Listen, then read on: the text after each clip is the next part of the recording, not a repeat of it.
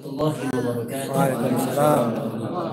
Alhamdulillah wassalatu wassalamu ala asyrafil anbiya wal mursalin wa ala alihi wa sahbihi ajma'in, amma ba'du. Subhanaka la ilma lana illa ma 'allamtana innaka antal alimul hakim. Rabbi shrah li sadri wa yassir li amri wahlul 'uqdatam min lisani yafqahu qawli. Hadratul mukarramin, para jamaah yang dirahmati Allah Subhanahu wa taala. Habib Umar bin Hafiz, beliau memberikan salah satu kitab ringkasan yang sampai saat ini ada di antara golongan-golongan Zohiriyah, golongan-golongan orang yang menafsirkan ataupun mengambil hukum baik itu Al-Quran dan hadis secara letterlek, artinya secara mentah-mentah. Nah, ada di antaranya adalah yang menjadi sorotan bagi kita nih adalah orang-orang yang mengomentari tentang ilmu tasawuf. Tasawuf mereka mengatakan sebagai ilmu yang sesat. Bahkan pelakunya disebut dengan sufi. Maka dia disebut dengan sesat. Maka Habib Umar bin Hafiz, beliau membuat daripada mengarang ini kitab Mahiyatut Tasawuf wa Samatu Ahlu. Artinya berkenaan dengan ruang lingkup tasawuf dan salah satu praktek-praktek yang diamalkan oleh orang yang menggeluti daripada ilmu tasawuf. Jadi ini pembahasan untuk yang dia sudah 20 tahun ke atas. Guru kita Kiai Zaidi Asmari beliau katakan sudah mulailah untuk menyebarkan berkenaan dengan ilmu-ilmu tentang ilmu hati. Jadi ini ilmu yang kita bahas adalah berkenaan ilmu hati, tentang irfan ataupun ma'rifat di dalam diri kita mengenal kepada Allah Subhanahu wa taala. Tasawuf adalah huwa husnul amali wal ittisafi bi Subhanahu wa taala. Jadi Habib Umar enggak bertele-tele berkenaan menterjemahkan nilai makna tasawuf. Orang alergi dengan nyebut tasawuf, waduh tahapan tinggi itu. Pembahasan tinggi, enggak. Dulu kita pernah bahas kitab Bidayatul Hidayah di sini. Tahun 2016 sampai dengan 2020 kurang lebih. Itu berkenaan dengan apa? Tentang bahwasanya peranan di dalam kehidupan kita enggak lepas daripada nilai syariat, nilai thariqah, nilai ma'rifat, dan nilai daripada hakikat kita kepada Allah. Artinya nih, dalam sholat pun mana nilai syariatnya? Sallu kama ra'aitumuni usolli. Sholat engkau seperti engkau melihatku, kata Rasulullah. Nah, berarti dengan jalur mana? Jalur para alim ulama, dengan jalur sanadnya. Dengan apa? Dengan ilmu fikihnya. Itu disebut dengan apa? Disebut dengan ilmu syariatnya. Thariqahnya, thariqah Rasulullah. Ma'rifatnya di dalam Al-Quran ataupun di dalam kita sholat, tiada lain adalah bentuk-bentuk gerak tubuh kita, mengangkat kedua tangan kita, membaca daripada bacaan-bacaan dalam Al-Quran, tiada lain adalah bentuk sebagaimana kita meresapi daripada bacaan-bacaan tersebut. Jadi kita dituntut apa? Untuk berkualitas di dalam sholat kita.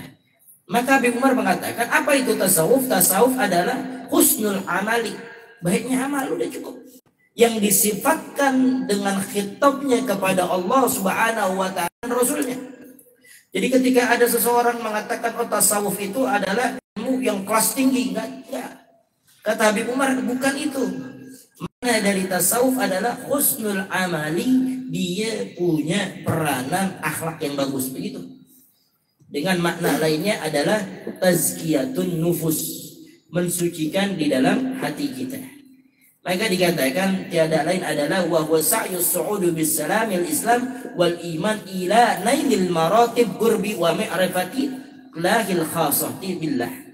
Dia berusaha untuk apa? Untuk menyerahkan di dalam dirinya al-istislam dengan keimanan ila nailil maratib, menuju dan memperoleh tahapan-tahapan kedekatan dirinya dan mengenal kepada Allah Subhanahu wa taala. Rasulullah bilang, "Man arafa nafsahu fa'arafa rabbahu." Siapa orang yang mengenal dirinya, niscaya dia mengenal dengan Tuhannya. Lalu dikatakan apa dalam hal tersebut? ada yang disebut dengan wal mahabbatil khalisah minallah walillah. Haruslah tertanam rasa cinta yang ikhlas, cinta yang murni minallah dari Allah walillah dan untuk Allah Subhanahu wa taala. Semua orang yang dia mengikuti akhlak Rasulullah sallallahu alaihi wasallam, hakikatnya dia bertasawuf. Hakikatnya dia mengikuti Rasulullah. Dikatakan wa huwa husnul ittiba' li sayyidina Rasulillah sallallahu alaihi wasallam. Orang yang bertasawuf berarti tiada lain adalah ia mengikuti daripada Rasulullah wa alihi wa sahbihi wasallam wa qusuluhu tamratihi min mahabbati azza wa jalla, dan buahnya tiada lain adalah yaitu orang tersebut akan mendapatkan cinta kepada Allah Subhanahu wa taala. Selanjutnya di halaman 21. Jadi apa sih? Ini bahasan tinggi banget ini. Baru pertama bukan tinggi aja nih, bukan buat ente pada ini. Ini buat Bang Aceng. Ini buat Om Masda. Ini buat Om Cinai. Ini buat Om Anoy, dan ini juga buat saya pribadi juga. Artinya adalah ketika kita membahas salah satu tentang ruang lingkup tasawuf, jangan kita alergi dalam penyebutan. Oh kalau begitu berarti tingkatan tinggi nih. Nah kalau yang ini Erina nih, Recan Erina nih. Tapi ini yang saya fokusnya kemari nih. Saya fokusnya kemari. Artinya apa? Ketika kita mengimplementasikan siapa itu pelaku tasawuf. Satu, dia bersandar al ilmu bil kitabi wa sunnati. Orang yang bertasawuf, orang yang dia ingin bertazkiyatun nufus, mensucikan hatinya, yang ingin mengenal ataupun ingin menempuh jalan Allah, disebut dengan salik. Suluk jalannya, salik orangnya yang sedang menuju di jalan Allah. Maka tidak lepas tuh kata Habib Umar bin Hafiz, tiada lain adalah setiap sandaran ilmu ini dalam fan ilmu tasawuf adalah yang pertama bersandar kepada Al-Quran dan Sunnah Rasulullah Sallallahu Alaihi Wasallam. Bal la yumkinu mujarradul amal wal ittisaf fadlan an ayatimma ihsanu fadlan an yatimma dhuquhu aw tahaqqubih. Ketika dia sudah menyempurnakan makna-makna amal perbuatannya dan dia termasuk bagian khitab yang diserukan oleh Allah dan Rasulnya. Artinya nih kita nih orang mukallaf nih. Islam baligh berakal, berarti kita mukallaf dengan khitab yang Allah serukan kepadanya, maka dituntut sejauh mana orang tersebut memiliki kesempurnaan dalam rasa dia bersama Allah. Wa hasbuka annahu lam yakinu yujadu fi waqil ummatil yawm musanadun sahihun muttasilun li qira'atin min qira'atil Qur'anil Karim. Dan dia bohong kalau tasawuf itu tidak bersandar kepada Al-Quran dan hadis. Tapi tasawuf itu tiada lain adalah yakni bersandar kepada Al-Quran dan hadis. Makanya tadi mukadimahnya saya bilang ada kaum Zohiriyah. Dulu ada namanya kaum Zohiriyah. Siapa nih sekarang ya kalau boleh saya sebutin nih orang-orang mana? Orang Wahabi yang mereka mengeneralisir dan bahkan memarjinkan daripada berkenaan dengan yaitu disiplin ilmu tasawuf. Mereka mengatakan tasawuf dan sufi adalah sesat. Maka Habib Umar, Al-Imam Ghazali, ulama-ulama sekali berselanjutnya itu dahulu, Al-Imam Qushairi dan sebagainya di dalam Risalatul Qushairiyah dan sebagainya, itu memberikan jalan bahwa tasawuf itu bukan semata-mata karena imajinasi. Oh halnya datang nih. Itu kan tahu-tahu dia diem, dia di pojokan, dia ngomong sendiri, oh begitu. Apa itu tasawuf? Nah, yang orang bertasawuf tiada lain adalah dia bersandar nih kata Habib Umar kepada Al-Quran dan juga dan hadis. Apa dia katakan? Bersandar kepada Al-Quran wala li tafsiri ahadin min ashabati wa tabi'in wala kitab min kutub at-tafsir al-mu'tabar wal masyhura min al-qurun al-thalis al-hijri fama ba'dah. Bahkan mengikuti kurun-kurun di antara abad-abad para ulama, dan juga begitu dengan hadis Rasulullah sallallahu alaihi wasallam min kutubis sunanil mu'tabarah, kal Muwatta al Imam Malik. Kan Imam Malik tuh punya kitab tuh. Saya kalau di pondok tuh sama Fikri kalau bulan Ramadan saya khataman kitab Muwatta, kitab Imam Malik.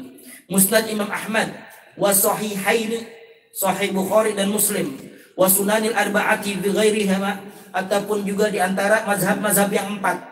Artinya kalau saya boleh ngomong begini nih. Ada mazhab fikih.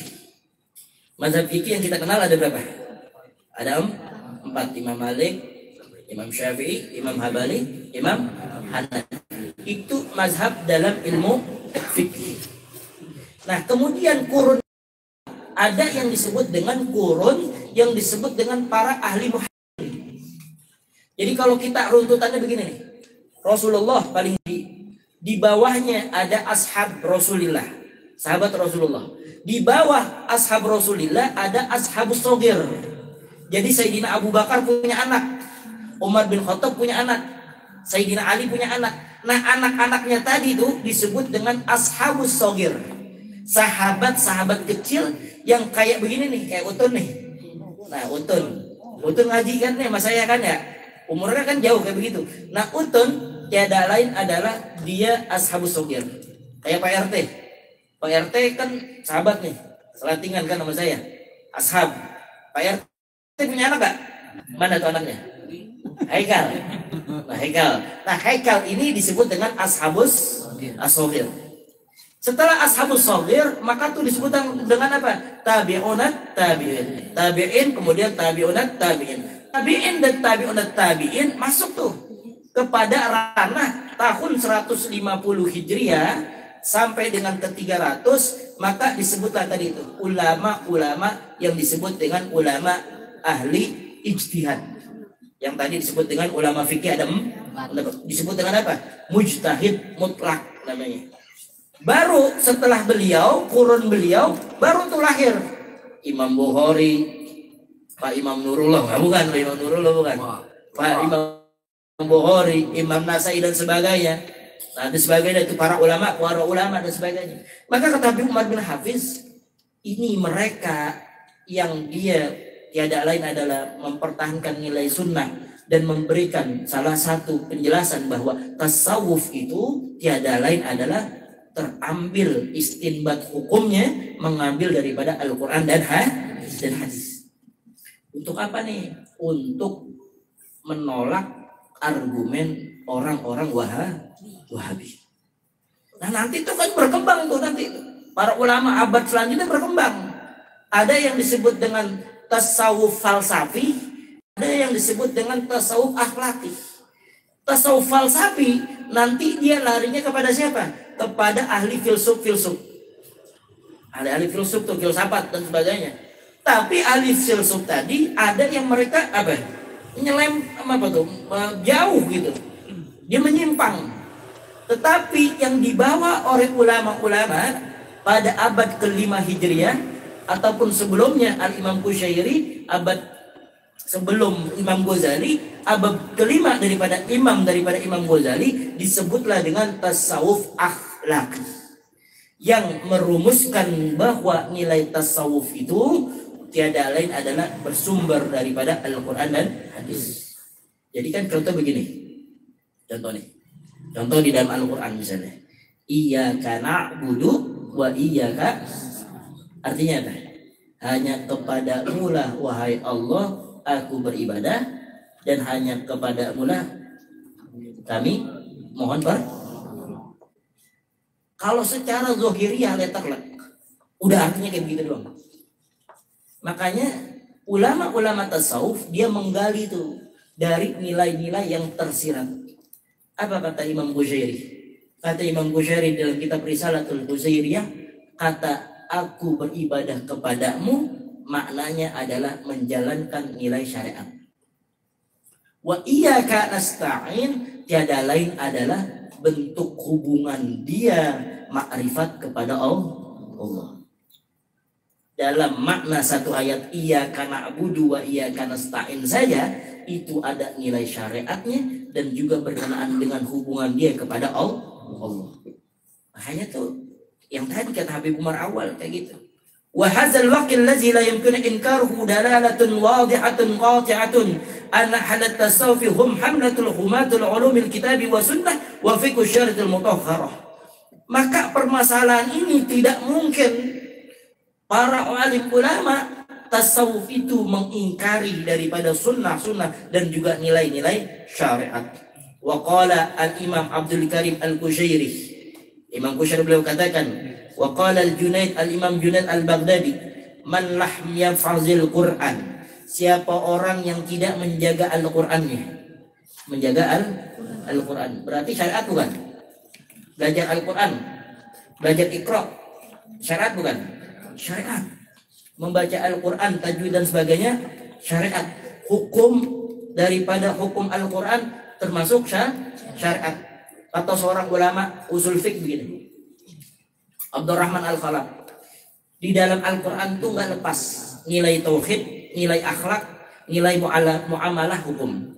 Nah maka kata Imam Junaid, siapa orang yang tidak menjaga Al-Quranul Karim, walam yaktubil hadis, dia kemudian tidak menulis hadis, la yuqtada bihi hadzal amr, dia tidak termasuk bagian ini. Artinya kalau seandainya ada orang yang ngaku-ngaku dia sebagai wali, tapi dia tidak menjalankan syariat, tidak menjalankan daripada sesuai hadis Rasulullah, tidak ittiba kepada Rasulullah, enggak termasuk golongan ini. Paham nggak nih? Paham nggak? Ini buat apa nih? Buat kita hantem-hantemin orang-orang yang ketika dia pengen tinggi, kita betot lagi. Paham nggak? Ini dulu pernah saya lagi diskusi sama Kiai Zayadi. Ini di Pejaten udah mulai nggak karuan gitu Zayadi. Apa? Karena banyak di antara pemahaman-pemahaman yang ngajinya yang penting saya eling gitu. Hal tersebut apa? Ini nggak boleh kayak begitu. Harus benar-benar disandarkan berkenaan dengan syariatnya. Li'annal ilmana hadzal muqayyad kitab wa sunnah. Karena daripada ilmu-ilmu kami ini tiada lain adalah terikat daripada kitab dan sunnah. Lalu dikatakan bahwasanya ini ya, terakhir tiada lain adalah di bawahnya itu wa qala al-Imam Abdurrahman ibn Muhammad As-Saggaf, kullu ilmin, setiap ilmu bila amalin, tidak diamalkan, batilun, maka dia batil ilmunya. Wa kullu ilmin wa amalin bila niyatin haba, setiap ilmu dan amal tanpa niat ya terbang tuh kayak apa, kayak debu. Wa kullu ilmin wa amalin wa niyatin bila muwafaqati sunnah. Nih ini artinya menjadi apa? Menjadi salah satu catatannya nih, garis bawahnya. Setiap ilmu dan amal dan niat tanpa berkesesuaian dengan sunnah Rasulullah, inilah syariat nih. Kata Habib Umar kan begitu, bahwa tasawuf ya tadi dari Al-Quran dan hadis mardudun, dia tertolak. Wa kullu ilmin wa amalin wa niyatin, setiap ilmu dan amal dan niat dan sunnah bila waro, dia kagak hati-hati, dia kagak tawadhu, khusran, dia orang yang merugi. Yakhsha ala sahibi indal maqasidil muwarazatin zali zahabu, yang semuanya itu kalau dirangkum tuh ilmu, amal, kan gitu, ilmu, amal, niat, sama waro. Berarti kesimpulan kata Al-Imam Abdurrahman ibn Muhammad As-Saggaf, di dalam mengarungi kehidupan kita perlu adanya ilmu, apalagi kedua amal, yang ketiga niat, yang keempat adalah waro, ketawaduan. Nah inilah menjadi pondasi awal bahwa nilai tasawuf itu Habib Umar bin Hafiz, beliau memberikan disiplin, tiada lain orang yang ingin beramal harus bersandar dengan ilmu Al-Quran dan hadis dan juga para alim ulama. Itu yang pertama, ciri yang pertama. Nah insya Allah nanti ciri yang kedua dikatakan pada bulan yang akan datang, tiada lain adalah bagaimana sih itu, siapa sih orang yang bertasawuf itu.